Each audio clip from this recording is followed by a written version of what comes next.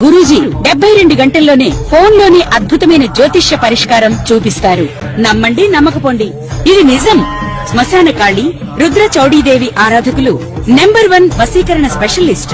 గురూజీ మనిషి పుట్టుక నుండి చనిపోయే వరకు వచ్చే అన్ని క్లిష్టమైన సమస్యలకు పరిష్కారం ఇక్కడ లభిస్తుంది. విద్య, ఉద్యోగం, వ్యవహారం, స్త్రీ ప్రేమ, పెళ్లి, సంతానం, స్త్రీ పురుష వశీకరణం, భూవశం, భార్యాభర్తల కలహాలు, కోర్టు సమస్యలు, విడాకుల సమస్యలు, చేతబడి, అప్పుల బాధ, ఇంకా మీకు ఎలాంటి సమస్యలు ఉన్నా 72 గంటల్లోనే. అందరికీ నమస్కారం. నేను మీ కీర్తనా దేవరాయ. వాళ్ళు మనతో పాటు మన స్టూడియోలో ఉన్నారు ఐకాన్ ఆస్ట్రాలజర్ గట్టుపల్లి సురేష్ బాబు గారు. మంత్రం, తంత్రం, జ్యోతిష్యం. సో ఇవాళ మన కాన్సెప్ట్ ఏంటంటే, చాలా మంది అంటే ఎవరి జాతక చక్రం చూసినా సరే వాళ్ళు చెప్పేది ఏంటంటే, అంటే ఒక స్త్రీతో కలిసి వస్తుంది అని కొన్ని థంబ్నెయిల్స్ మనం చూస్తూనే ఉన్నాం. కానీ ఇవాళ నిజ జీవితంలో మన జాతక చక్రంలో ఎలాంటి స్త్రీ వల్ల, అంటే ఎలాంటి స్త్రీ అంటే తప్పుగా అనుకోకండి, అమ్మ రూపంలో ఉన్న వాళ్ళు కానీ, లేదా అక్క, చెల్లి, రిలేటివ్స్, కజిన్స్, వైఫ్, లేదా వైఫ్ తరపున చుట్టాల వల్ల గానీ, అత్తింటి వాళ్ళ వల్ల గానీ, పుట్టింటి వాళ్ళ వల్ల గానీ, లేదా తెలిసిన సర్కిల్లో అయినా సరే ఎలాంటి స్త్రీ వల్ల మనకి కలిసి వస్తుంది, ఎలాంటి స్త్రీ వల్ల కలిసి వస్తుంది అనుకునే ముందు మన జాతక చక్రంలో ఎలాంటి కాంబినేషన్స్ ఉండడం వల్ల స్త్రీలతో మంచి, అంటే వాళ్ళ వల్ల మనకి ఎక్కువ ప్లస్ అవుతుంది, అంటే మనకి వాళ్ళ వల్ల ఎక్కువ డబ్బు రావడం కానీ, వాళ్ళ దగ్గర నుంచి ఎక్కువ ఆపర్చునిటీస్ రావడం కానీ, లేదా ఎలాంటి కాంబినేషన్స్ ఉండడం వల్ల వాళ్ళ దగ్గర నుంచి మన ప్రాబ్లమ్స్, అంటే వ్యాపారంలో గాని, ఆరోగ్యంలో గాని, లేదా బిజినెసెస్ లో గాని, లేదా ఫ్యామిలీ పరంగా గాని ఉంటాయో గురుగారిని అడిగి తెలుసుకుందాం. సార్, ఇప్పుడు మనకి ఎలాంటి కాంబినేషన్స్ ఉండడం వల్ల ఈ లేడీస్ నుంచి కలిసి వచ్చే అవకాశం గానీ, లేదా వీళ్ళ దగ్గర నుంచి లాసెస్ ఫేస్ చేసే అవకాశం గానీ ఉంటుందో ఒకసారి వివరించండి. ఇప్పుడు మనము ముఖ్యంగా చూడాల్సింది ఏంటంటే ద్వాదశ రాశులు. ఈ ద్వాదశ రాశుల మీద మనం ఏ పాటికి కూడా చూసుకున్నట్టయితే కనుక గ్రహాల యొక్క స్థితిగతులు, ఈ గ్రహాల యొక్క స్థితిగతులు, గోచారము, వీటన్నిటితోనే ఏర్పడుతుంది ఈ స్త్రీతో ఉన్నటువంటి అనురాగం కావచ్చు, అనుబంధం కావచ్చు, ఆప్యాయత కావచ్చు, లేదా వ్యసనం కావచ్చు, లేదా శత్రుత్వం కావచ్చు. ఈ యొక్క గ్రహాల యొక్క స్థితిగతుల ప్రకారంగానే వస్తాయి అని అందరూ అనుకుంటారు.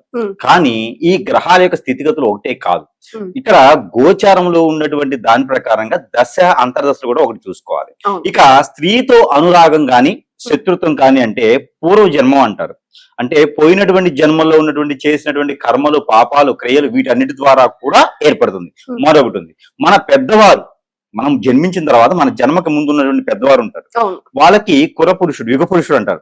వారు చేసినటువంటి క్రియలు కావచ్చు, పనులు కావచ్చు, వీటి వలన కూడా ఒక పురుషునికి స్త్రీతో ఏర్పడేటువంటి సత్సంబంధాలు ఎలా అయితే ఉంటాయో వాటి వలన కలిసి వస్తుంది అని చెప్పాలి. అంతేగాని తన జాతకంలో కుజుబలం లేదు, కుజుదోషం ఉంది, కలత దోషం ఉంది, వీటి ద్వారానే స్త్రీ వలన నష్టపోతారు, లేకపోతే స్త్రీ వల్ల లాభం పొందుతారని కాదు. ఇవన్నీ కూడా మనము పరిగణలో తీసుకోవాల్సినటువంటి సందర్భం అయితే ఖచ్చితంగా ఉంటుంది. అంటే ఇప్పుడు గత జన్మ కనెక్షన్ బేస్ మీదే మనకి ఈ స్త్రీలతో ప్రాబ్లమ్స్ కానీ ప్రాఫిట్స్ కానీ రావచ్చు అంటారు. ఖచ్చితంగా గత జన్మ గురించి అంటే ఈ గత జన్మలో మనం చేసేటువంటి పాపకర్మాలు అన్నిటికి పొలగొట్టుకొని, అలానే ఈ జన్మలో కూడా మన తాతలు, మన ముత్తాతలు చేసేటువంటి కర్మలు, క్రియలు, దాన ధర్మాలు ఇవన్నీ కూడా మనం తీసుకోవాలి. ఇప్పుడు సపోజ్ ముత్తాతకో తాతకో ఏదైనా అమ్మవారికి గాని, స్వామివారికి గాని ఆలయం నిర్మాణం చేసి దాని ధర్మకర్తలుగా ఉంటూ దానికి సేవలు చేసుకుంటూ ఉండి మన తరంకి వచ్చేటప్పటికి వెళ్ళిపోతుంది. అప్పుడు ఆ పాపం మన మీద ఉండడం ద్వారా స్త్రీకి పెళ్లి చేసుకున్నప్పుడు పిల్లలు పుట్టరు. ఇలాగా దోషాలు అనేది మనకి పరిగణనలో తీసుకోవాల్సి వస్తుంది. ఇప్పుడు మనం పుట్టిగానే మన పిల్లలకో మనకో కాలసర్ప దోషం వస్తుంది. ఈ కాలసర్ప దోషం దేనికి వచ్చింది, మన పెద్దవారు ఎవరైనా ప్రెగ్నెన్సీ స్థితితో ఉన్నప్పుడు, తన్నినప్పుడు, ఇలాంటి మనము ఒక్కొక్క జాతకం ప్రకారంగా అవి మనకి తెలిసి వస్తాయి. జాతకంలో మనకి ఏంటంటే స్త్రీ దోషము అంటే జాతక ప్రకారంగా తెలిసి వస్తుంది. ఆ తెలిసి వచ్చినప్పుడు మనం ఏం చేయాలి, దాని పరిహారం ఏంటని చూసుకున్నప్పుడు ఒక్కొక్క రాశిలో ఒక్కొక్క రకంగా ఉంటుంది. దాని ప్రకారంగా మనం వివరణ అయితే తీసుకోవచ్చు. సార్, ఇప్పుడు 12 రాశుల్లో ఒకటి కర్కాటక రాశి. ఈ కర్కాటక రాశి వారికి స్త్రీ దోషం ఏ వయసులో వస్తుంది, ఎలాంటి గ్రహాల వల్ల ఏర్పడుతుంది, ఒకవేళ వస్తే ఎలాంటి పరిహారాలు చేసుకోవచ్చు, ఎవరి వల్ల ఖచ్చితంగా కలిసి వస్తుంది కర్కాటక రాశి వల్ల, అంటే ఏ స్త్రీ వల్ల కలిసి వస్తుంది, అది స్త్రీ నుంచి స్త్రీ కావచ్చు, స్త్రీ నుంచి పురుషుడు కావచ్చు, లేదా లాస్ అయితే ఎలాంటి స్త్రీ వల్ల మనం లాస్ అవుతాం. కర్కాటక రాశి వాళ్ళు సడన్ గా లాస్ అంటే ఆరోగ్య పరంగా అవ్వచ్చు, బిజినెస్ పరంగా అవ్వచ్చు, ఫ్యామిలీ వాళ్ళు అవ్వచ్చు, అది ఎలా అయినా సడన్ లాస్ కానీ సడన్ ప్రాఫిట్ కానీ ఎలాంటి స్త్రీల వల్ల ఎటు నుంచి మనకు కలిసి వస్తుంది అనేది ఒకసారి వివరించు.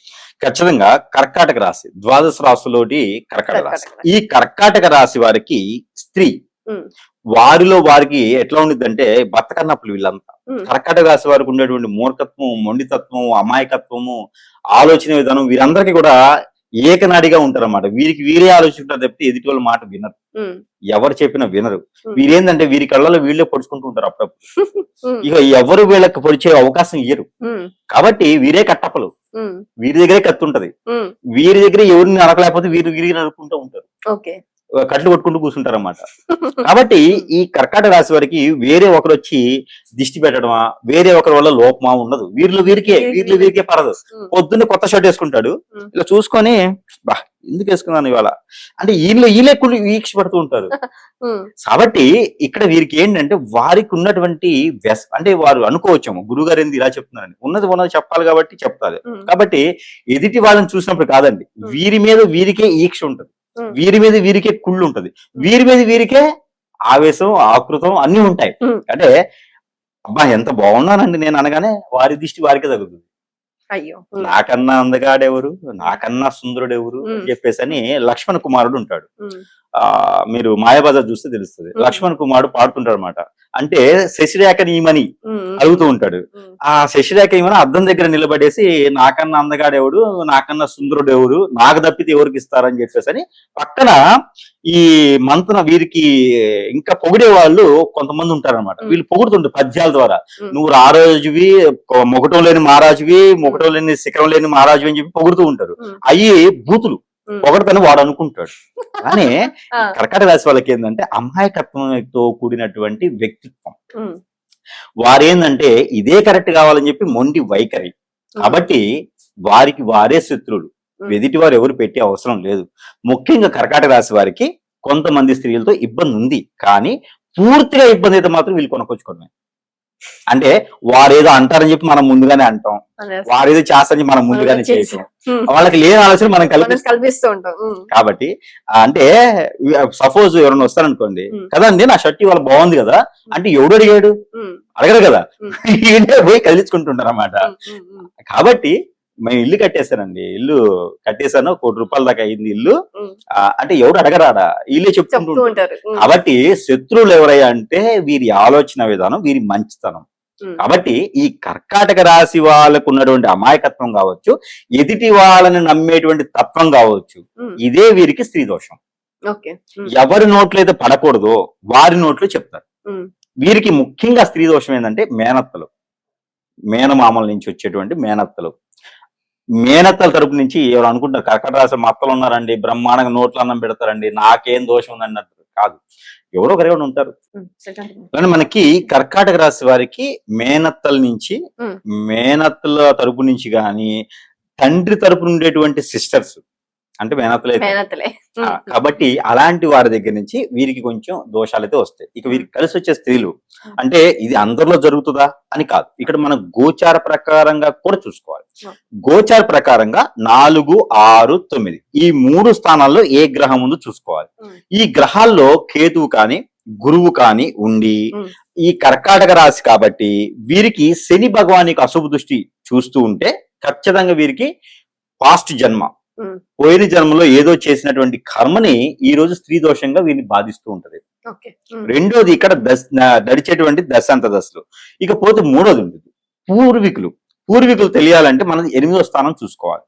8వ స్థానం 6వ స్థానంలో పూర్వీకులది మనకు తెలుస్తుంది. అక్కడ కేతువు కానీ కుజుడు కానీ ఉండి వారి మీద రవి భగవానికి దృష్టి ఉందనుకోండి, అప్పుడు వీరికి పూర్వీకులు ఏమైనా ఉంటుందా అని గమనిస్తుంది. పూర్వీకులు ఎక్కడ ఉంటదంటే అమ్మవారిని పూజిస్తూ వదిలేయడం కానీ, లేదంటే ఆడపిల్లల్ని, ప్రెగ్నెన్సీ లేడీస్ ని, ఆగుల్ని, జంతువుల్ని ఏదైనా ఇబ్బంది పెట్టి వాళ్ళ తాతలు వాళ్ళ ముత్తాతలు ఎవరో ఉండుంటారు, తెలియకుండా చేసినటువంటి కర్మలు, పాముల్ని చంపడం, ఆ పుట్టల్ని తవ్వటం, నిధులు ఉన్నాయని చెప్పి వెళ్ళి తీయటం, ఇలాంటివి ఏమైనా చేసి ఉంటే ఆ కర్మలన్నీ కూడా స్త్రీ ఉందా పురుషుడు ఉన్నాడా కాదు, అరుంధతి లాగా కాదు, అరుంధతి కాకముందు వీళ్ళకి అనుభవిస్తూ ఉంటారు.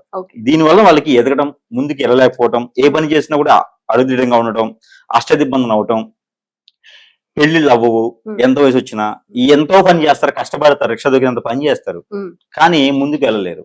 కానీ ఇలాంటి చదువుకుంటారు బాగా, మా అబ్బాయి బాగా చదువుతాడండి, ఎగ్జామ్స్ మాత్రం రాడు. కాబట్టి ఇలాంటి జీవితం ఉంటుంది.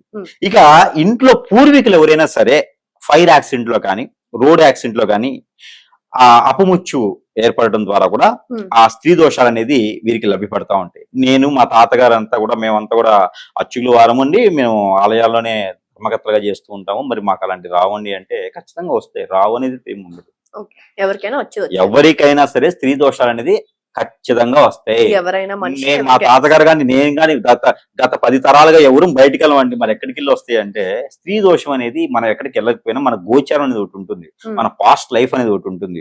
ఈ జన్మలో ఒకటే మనం చూసుకునే అవసరం, పోయిన జన్మలో కూడా మనం చూసుకోవాలి.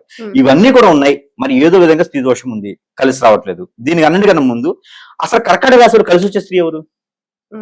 పాప, కూతురు. కూతురు నుంచి కానీ వీరికి తోడు పుట్టినటువంటి చెల్లి.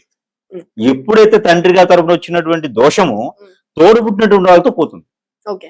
అలానే వీరికి కన్యాదానం, ఎప్పుడైతే వీరికి కన్యాదానం చేస్తారో అప్పుడు వీరికి స్త్రీ దోషం పోతుంది. వీరికి పరిహారం కూడా కన్యాదానం. ఓకే. ఇప్పుడు మనకి ఏ వయసులో ఇది వస్తుంది, ఏ వయసులో మనకి ఎండ్ అయిపోతుంది? ఖచ్చితంగా వీరికి కర్కాటక రాశి కాబట్టి 7వ సంవత్సరం నుంచి మొదలవుతుంది. 7వ సంవత్సరం నుంచి మొదలయ్యి 32 సంవత్సరాల లోపు ఎప్పుడైనా రావచ్చు. అలానే వచ్చినప్పుడు ఖచ్చితంగా స్త్రీ దోషం వచ్చి 13 సంవత్సరాలు ఉంటదండి. అది కర్కాటక రాశి వాళ్ళకి కాదు, ఎవరికైనా సరే స్త్రీ దోషము 13 సంవత్సరాలు ఉంటది. అజ్ఞాతవాసం అరణ్యవాసం లానే ఇది 13 సంవత్సరాలు అన్నమాట. కాబట్టి ఈ 13 సంవత్సరాల పాటు కూడా వారు ఏ చేసినా ఏ చెందినా కూడా ఇబ్బందికి వస్తుంది. ఎప్పుడైతే మొదలైద్దో 6 నుంచి 13 సంవత్సరాలు ఇవి గోచారంలోనో నక్షత్ర పరంగానో మనకి జాతక ప్రకారంగా తెలియవు. ఏ రాశిలో అంటే ఏ స్థానంలో ఏ గ్రహం ఉందో ఇప్పుడు గమనించుకోవచ్చు, ఎవరికి వారే చూసుకోవచ్చు. ఈ రోజున చూసుకొని నాకు స్త్రీ దోషం ఉంది, దీన్ని బట్టి పరిహారం. ఈ పరిహారం ఏం చేయాలి? కన్యాదానం చేయాలి. ఈ కన్యాదానం చేయలేనటువంటి వారు భూదానం, వస్త్రదానం, వడ్రదానం, అన్నదానం ఇవి చేసుకోవచ్చు. ఇవి చేసుకున్నప్పుడు కొంతమేర వారికి ఉపశమనం ఉంటుంది. కన్యాదానం చేసేటువంటి శక్తియుక్తులు వీళ్ళకి రావాలి అంటే ఏం చేయాలి అంటే ముందు పెళ్లి చేసుకోవాలి. ఎవరిని పడితే వాళ్ళని తాళి కట్టడం కాదు. వచ్చినటువంటి సంబంధం పోగొట్టుకోకుండా మంచి సంబంధం వస్తే పెళ్లి చేసుకోవాలి. నేను ఇంకా లైఫ్ లో ఇవ్వలేదండి అదండి ఇదని కాకుండా పెళ్లి చేసుకోవాలి. పెళ్లి చేసుకోవాలి ఎట్లా? రెండో భార్య పిల్లనో మొదటి భర్త పిల్లనో ఇలా కాదు. పెళ్లి చేసుకున్నటువంటి అన్యోన్యంగా ఉండేటువంటి జీవితం, ఒకే భర్త ఒకే భార్య, వారికి పుట్టినటువంటి సంతానానికి కన్యాదానం చేయడం. లేదండి మాకు 4 పిల్లలు మగ పిల్లలే ఉన్నారండి, మాకు ఆడపిల్లలు లేరండి అంటే ఎవరొకరు ఉంటారు, సోదరి భావంతో ఉన్నవారు, లేకపోతే కజిన్స్ డాక్టర్స్ ఎవరో ఉంటారు, వారికైనా సరే కన్యాదానం చేయాలి. లేదు పురుషులు ఉన్నారు, ఓకే. పురుషులకి ఏం చేయాలి అంటే వారికి పట్టు వస్త్రాలు పంచెలు పెట్టడం అంటారు, 12వ ఏటను పంచెలు పెట్టడం అంటారు, అది చేయాలి. లేదంటే ఎవరైనా రజస్వాల అవుతూ ఉంటారు ఆడపిల్లలు, చుట్టాల పక్కల వేళ్లలో రజస్వాల అవుతూ ఉంటారు.